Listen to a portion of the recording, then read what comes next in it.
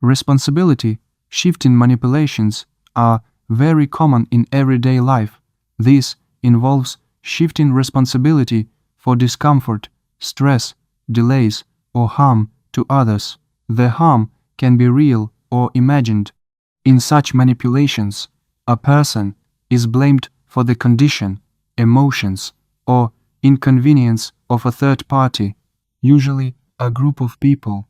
Objectively, however, the person did not create the conditions or contexts, does not control or influence the actions of others, and is not responsible for the system within which everything occurs. In this type of manipulation, a person is made responsible for other people's time, their emotions, the organization of a process, or even the system itself, the queue, flow, procedure, and so on. Here, the cause and effect relationship is subverted. In reality, there are, first and foremost, the actions of the opponent. There is a system with its own algorithms and rules.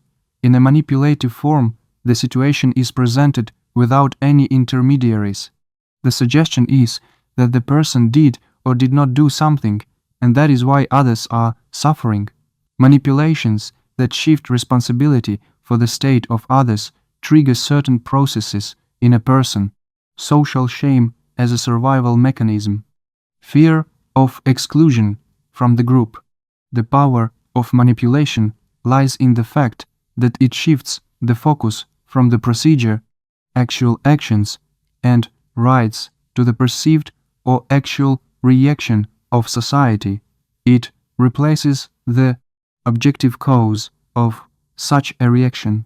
A conflict is artificially created between the individual and the group, even if it is only perceived. This is done to evoke emotions of guilt, shame, or sympathy. Thus, the situation becomes public. What are the general principles of interaction? It is necessary to restore the real structure of the situation. Return responsibility for the situation to the one who truly bears it. Separate yourself from the role of all causes. Break free from the confines of social duty. Work not with emotions and states, but with real facts. The main essence of interaction is to avoid being imposed on the situation and not to fuel it. Using the example of a queue, we will discuss the questions you need to ask yourself. I am also a participant in the process. Who is actually organizing it, and who is really delaying it? I am a participant in the queue process, just like everyone else, and I have the right to have my issue resolved. I am acting within my rights. If there is a delay, let's look at the cause of the delay in how the process is organized. Someone may be inconvenienced, but that doesn't mean I am the cause. People have a right to their emotions, and I have a right to protect my rights. Your appeal to the crowd doesn't change the essence of my question.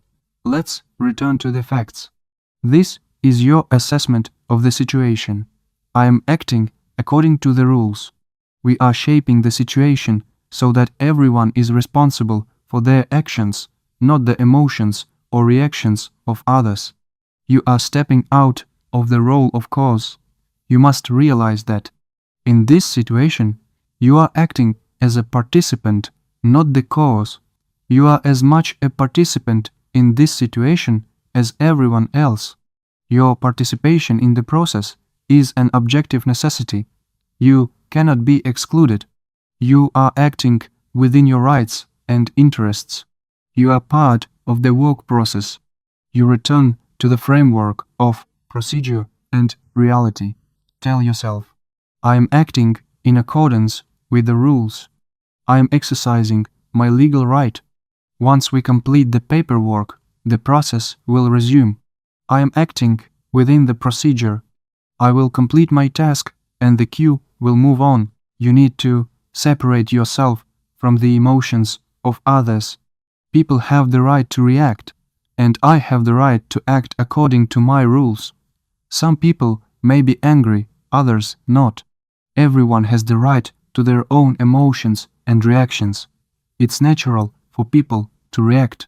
You will hear information about the state of others. You need to shift your focus to completing the action.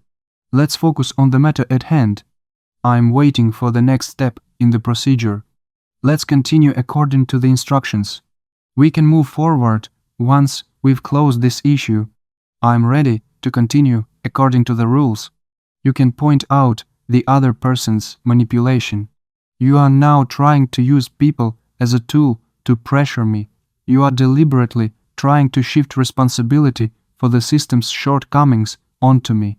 You are trying to claim my legal right because others are suffering. This is manipulation, not an argument. Now, instead of resolving the situation, you are looking for someone to blame.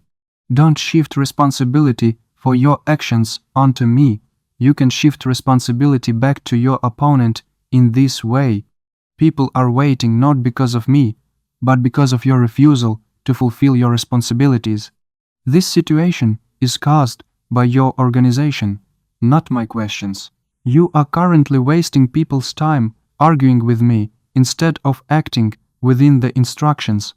It is your actions that have led to this situation. This is the result of your organization of the process, not my actions. It is your actions that are holding up the queue while I am exercising my rights. You can return directly to the facts. Let's return to the facts. You have not responded to my request, and this is precisely what is currently holding up the process. The reality of the situation is that I am exercising my right, and you are trying to limit it and avoid your direct responsibilities. The rest is emotion and manipulation. The fact is that the queue will move immediately after you put the stamp. You are now deliberately delaying this moment. Instead of commenting on people's condition, focus on the fact. We've been standing there for 10 minutes simply because you're not following your direct instructions. The gist of the matter is, I'm waiting for the procedure to be completed and you're trying to provoke a conflict. Act in accordance with your direct responsibilities. The following is happening now and describe the events without judgment. See also additional answer options. You're hindering the work of the entire department. Because of you, we can't complete the process. Your behavior is creating inconvenience for those around you. Because of you, we're wasting other people's time. You're interfering with the normal document acceptance process. You're acting against the interests of the entire group. You're deliberately ruining the mood and plans of everyone present. Also, let's look at the specifics of a written response. You can use the following phrases. I'm waiting for the procedure to be completed according to the resolution. Please respond to the substance of the matter. The process of following instructions is not dependent on the emotions of third parties. The presence of a queue does not change the established order. Organizing the process is your responsibility. The presence of third parties does not affect the content of my appeal. The state of the queue does not change my legal status. This appeal contains an appeal to third parties rather than argumentation. The essence of effective interaction lies in breaking the artificial connection between your actions and the emotions or reactions of others, and restoring true causality. In these manipulations, the group's discomfort is presented as a direct consequence of your behavior, although in reality there are always intermediate links between these events. The organization of the process, the decision of a specific individual, the actions or inactions of the system, and the way people themselves react.